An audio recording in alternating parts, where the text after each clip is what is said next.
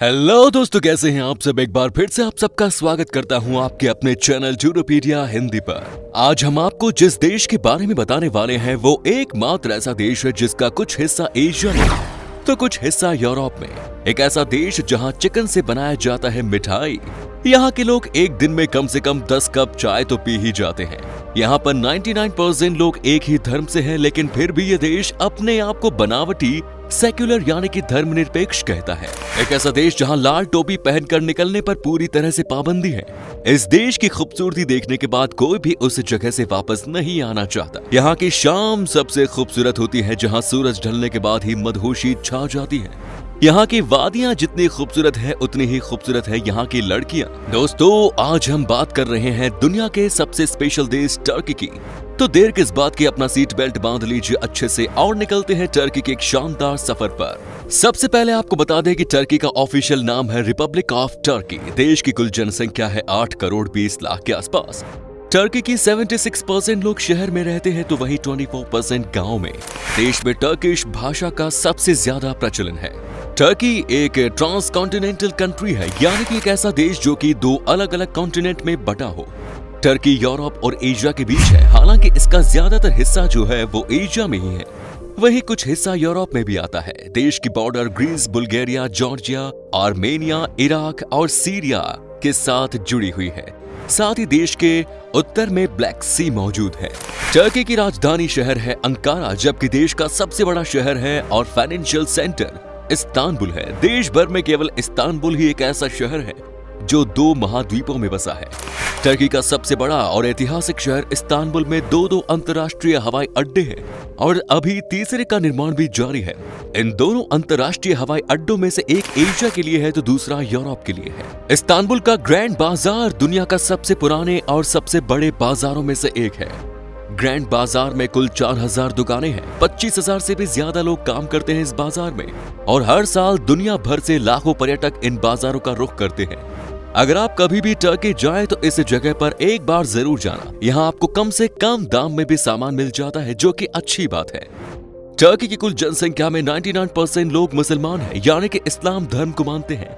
लेकिन 99% मुस्लिम होने के बावजूद भी इस देश को धर्मनिरपेक्ष यानी कि सेक्युलर कहा जाता है। ये वाकई में हैरान करने वाली बात है, क्योंकि जिस देश में मुसलमानों की जनसंख्या ज्यादा है वहाँ इस्लामिक कायदे कानून फॉलो किया जाता है। शायद टर्की में अभी भी सेक्युलरिज्म है। इसकी सबसे बड़ी वजह इस देश का कुछ हिस्सा यूरोप में होना हो सकता है।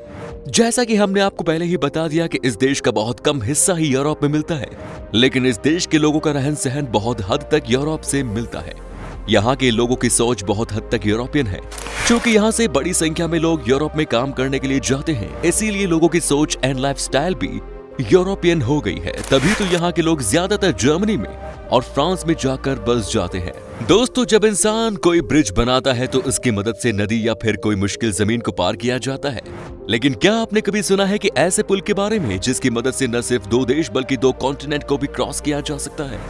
पर ऐसा एक ब्रिज टर्की में है जिसका एक हिस्सा एशिया में है और दूसरा हिस्सा यूरोप में, और इसी वजह से टर्की को एशिया का पुल भी कहा जाता है। वैसे टर्की का बहुत कम हिस्सा ही यूरोप में पाया जाता है, लेकिन फिर भी उतने कम एरिया में ही यूरोप की पक्षियों की सबसे ज्यादा प्रजातियां टर्की में ही पाई जाती हैं। जी हाँ, इस देश में आपको बहुत अलग अलग तरह के पक्षी देखने को मिल जाएंगे। जब बात हुई है पक्षियों की यानी कि बर्ड्स की, तो ऐसे में लव बर्ड्स को कैसे कोई भूल सकता है।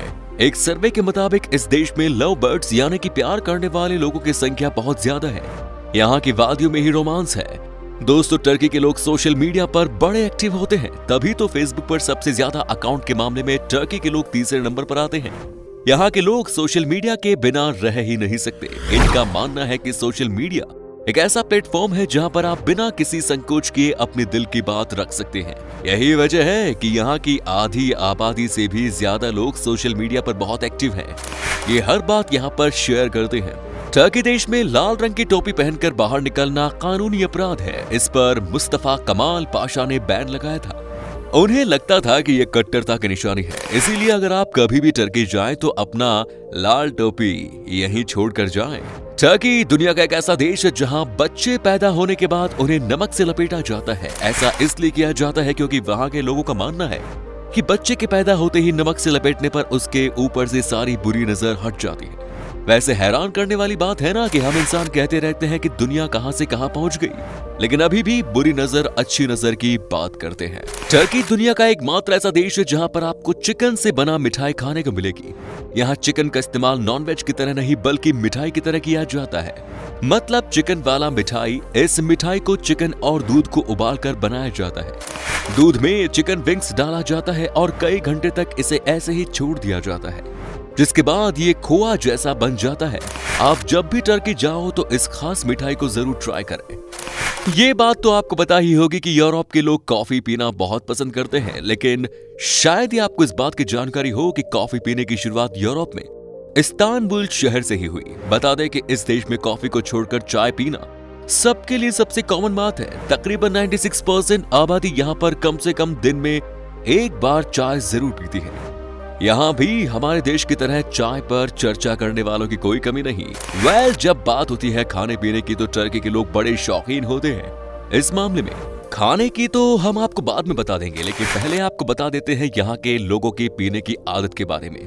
टर्की का बियर मार्केट दुनिया का 12वां सबसे बड़ा मार्केट है। यहाँ के लोगों के बीच में बियर पीना बहुत पॉपुलर है। आपको जानकर हैरानी होगी कि इस देश में वाइन पीने की प्रथा 4000 ईसा पूर्व से होती आ रही है। यहाँ के लोगों के बीच में व्हाइट वाइन बहुत पॉपुलर है। आपको टर्की के हर कोई रेस्टोरेंट में व्हाइट वाइन मिलेगी। चलिए अब बात करते हैं टर्की के खाने की। आपको बता दें कि इस देश का खाना दुनिया में सबसे मशहूर है। जिसने भी यहाँ पर एक बार नॉनवेज खा लिया उसे कहीं और का नॉनवेज पसंद ही नहीं आएगा। यहाँ का डोनर कबाब दुनिया में मशहूर है। टर्की के शेफ भी दुनिया के द बेस्ट माने जाते हैं। सोशल मीडिया पर कई ऐसे नामी शेफ हैं जिन्हें मिलियंस में लोग फॉलो करते हैं। टर्की के लोगों को पॉलिटिक्स के ऊपर गप्पे मारने में बहुत अच्छा लगता है। ये देश की राजनीति के ऊपर सबसे ज्यादा बातें करते हैं। किस सरकार ने कितना अच्छा काम किया है या किसे वोट देना है या नहीं देना है, सब ये आपस में बैठकर बातें करते हैं। अगर आप पत्रकार बनना चाहते हैं और आप टर्की में पैदा हुए हैं तो मामला थोड़ा मुश्किल हो सकता है। ऐसा इसलिए क्योंकि इस देश में सबसे ज्यादा परेशान पत्रकारों को ही किया जाता है और सबसे ज्यादा जेल की हवा भी पत्रकार ही खा रहे हैं। हमारे देश की तरह नहीं कि कोई भी पत्रकार कुछ भी बोलकर निकल जाए। टर्की के लोग बहुत ही क्रिएटिव होते हैं और जब भी मन करे नाचते हैं। स्ट्रीट परफॉर्मेंस करने में तो ये माहिर है ही, साथ ही यहाँ पर लोगों को पेंटिंग करने के भी बहुत शौक है। टर्की में सबसे ज्यादा मधुमक्खियों का पालन किया जाता है। यहाँ के लोग मधुमक्खियों की मदद से शहद का कारोबार बड़े लेवल पर करते हैं। कहा जाता है कि टर्की का शहद दुनिया का सबसे अच्छा शहद होता है। साथ ही टर्की दुनिया का सबसे बड़े मसालों का एक्सपोर्टर है। यहाँ का खड़ा मसाला सबसे ज्यादा पॉपुलर है। राजधानी शहर इस्तांबुल में आपको दुनिया का सबसे बड़ा मसालों का मार्केट दिखेगा। यहाँ से दुनिया के हर देश में मसालों को भेजा जाता है और खूब पैसे कमाए जाते हैं। मसालों के साथ अखरोट के उत्पादन के मामले में टर्की दुनिया का सबसे बड़ा देश है। यहाँ से दुनिया के बाकी देशों में 80% अखरोट एक्सपोर्ट किया जाता है। दोस्तों एक बात तो माननी पड़ेगी कि टर्की देश बहुत लकी है। जानते हैं क्यों? क्योंकि यहाँ 1939 के बाद से कम 25 बेहद भयानक भूकंप आ चुके हैं और इनकी तीव्रता कम से कम 7.8 की थी। आप खुद ही सोचिए, अगर कोई और देश 25 बार इस तीव्रता के भयानक भूकंप के झटके झेलता तो अब तक तबाह हो गया होता। आपको शायद पता नहीं होगा कि सेंटा क्लॉज का जन्म टर्की में ही हुआ था। सेंटा क्लॉज ने टर्की के पतारा में 280 एडी शताब्दी में जन्म लिया था। दोस्तों टर्की में कई ऐसी जगह है जो सैलानियों को बेहद आकर्षित करती है। राजधानी इस्तांबुल में स्थित हागिया सोफिया देश का शान है। वहीं तोपकापी पैलेस है देश की जान। इसके साथ खूबसूरत ब्लू मस्जिद, बसिलिका सिस्टर्न, हॉलीवुड और बॉलीवुड फिल्मों की सबसे पसंदीदा शूटिंग डेस्टिनेशंस, येदिकुल फोर्ट्रेस और भीनी भीनी मसालों की खुशबू से भारी स्पाइस बाजार सबसे ज्यादा सैलानियों को अपनी ओर आकर्षित करता है। चलिए दोस्तों अब हम आपको बताते हैं कि क्या है टर्की का वीजा प्रोसेस। आपके पास अगर सारे डॉक्यूमेंट्स मौजूद हैं तो आपको टर्की का वीजा 4 से 6 दिन के अंदर मिल जाएगा। दोस्तों टर्की में घूमने के लिए 8 से 9 दिन में लगभग 55,000 रुपए खर्च करने होंगे। टर्की की करेंसी टर्कीज लीरा, जिसकी वैल्यू है लगभग 8.42 भारतीय रुपए के बराबर। तो दोस्तों ये था दुनिया का सबसे स्पेशल देश टर्की। कैसा लगा हमें बताइए कमेंट्स में। क्या कभी आपने विजिट की है इस देश की, और अगर की है तो आपका एक्सपीरियंस कैसा रहा ये भी हमारे साथ शेयर जरूर करें। उम्मीद करता हूँ कि आपको हमारा ये एपिसोड पसंद आया होगा। वीडियो को लाइक कीजिएगा और अपने दोस्तों और रिश्तेदारों के साथ शेयर करना ना भूले। हमारे चैनल को भी सब्सक्राइब जरूर कीजिएगा। वीडियो को अंत तक देखने के लिए शुक्रिया। आपसे फिर मुलाकात होगी नई वीडियो के साथ। धन्यवाद।